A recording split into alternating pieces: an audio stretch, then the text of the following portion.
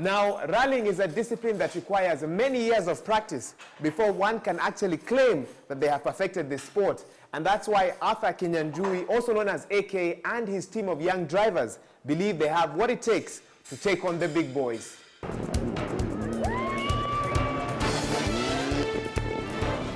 The Kenyan Safari Rally is considered by many to be the world's toughest rally, with a history that spans over 100 years. The year 2011 has been an interesting year for Kenyans because the cry for generational change has dominated our headlines as we approach another election year. The same sentiments can be seen in rallying, where the youngest team in East Africa, Team AK-47, are promising a change of the order if given a level platform to take on the big boys. I made my way to Exclusive Autoworks, their Mombasa Road workshop, where the team is based, and tried to understand why they picked such a menacing name like AK-47. AK-47 stands for Arthur Kinyanjui, and this baby here is number 47. That's our racing number, patented. We don't scare people off. We're bringing the AK-47 Kalashnikov name in a good way. Brian Bouvi has been Arthur Kinyanjui's co-driver for some time now and gives us a brief regarding the role he plays.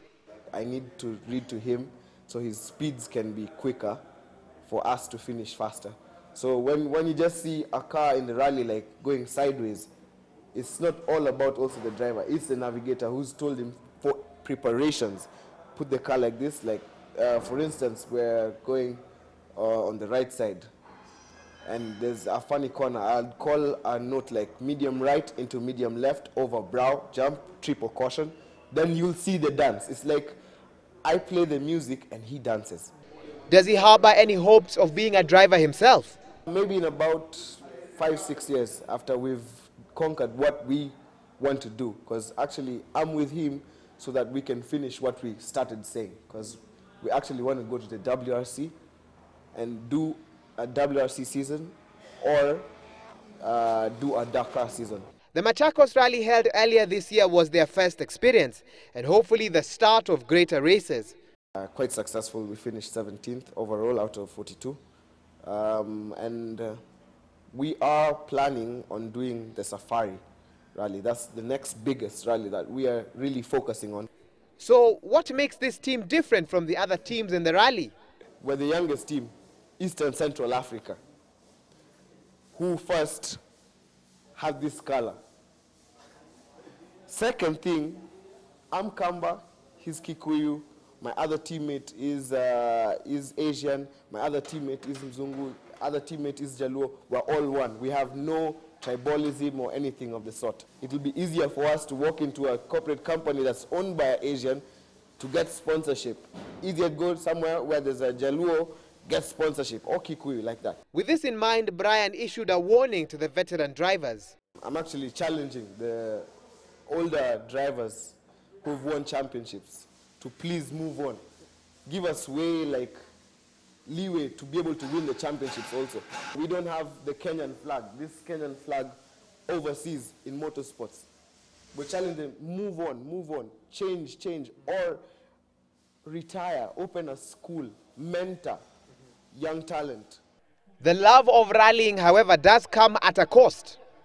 We were fixing the rally car, the car overheated, I opened it badly, so it burnt me, and it's a really fresh burn, it burnt me. And Brian can attest to challenges everywhere. Yes, it's really hard for me being young, especially trying to coordinate stuff and money for sponsorship. Me walking into an office and telling somebody, give me 6 million.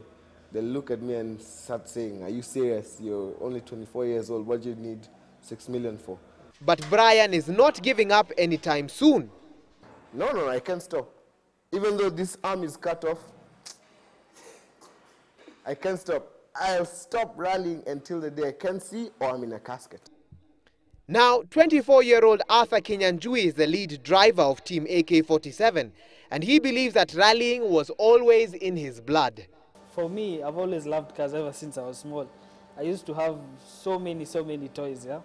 And I started with a small go-kart. I had a small go-kart in the estate. So I used to be a bit of a nuisance. They used to driving it around, almost hitting things and going around things. Fear separates good drivers from mediocre ones, and Arthur has learned how to deal with this emotion. Because of the buggy, the engine is behind, it has a lot of power, so it's always on the sideways and flying, so you gain a lot of confidence from the buggy. It sharpens you for the actual rally car. Arthur Kinyanjui was very clear about the type of support they need to make it in this sport. I would like to say that I'm urging all companies, any company that would like to come on board and help us as young drivers. And I'm sure so many other young people will join if they see that us as young drivers, we are being helped by the corporate world. Arthur and his team formed a syndicate with other like-minded drivers with the main aim of pooling resources and sharing technical knowledge. Tariq Hussein, the team leader of this syndicate, explains to us how this works. Basically, we came together to bring down the costs. Because if you're rallying alone, then the costs are too high. Then we'll miss out on many rallies. But since both of us have come together, we've merged the teams, we are splitting the costs. Like hiring of the tents, hiring of a service car, fueling the cars, paying the mechanics. It works out cheaper for us as a team. Rallying is indeed an addictive sport, and it is amazing the extreme measures that some drivers have gone to satisfy their cravings. I actually heard of people who actually sell their household appliances so that they can go and rally. It's an addiction. Once you've got it, to get rid of it is very difficult. Now, Kenyans have always known the cost implications of rallying, but Tariq breaks down some of the expenses that he and other young drivers face. Once you have the car, the most important things are the tires, rims, fuel, accommodation, not only for the driver and navigator, but also for the crew. And then if it's an upcountry rally, there's transportation of the rally car.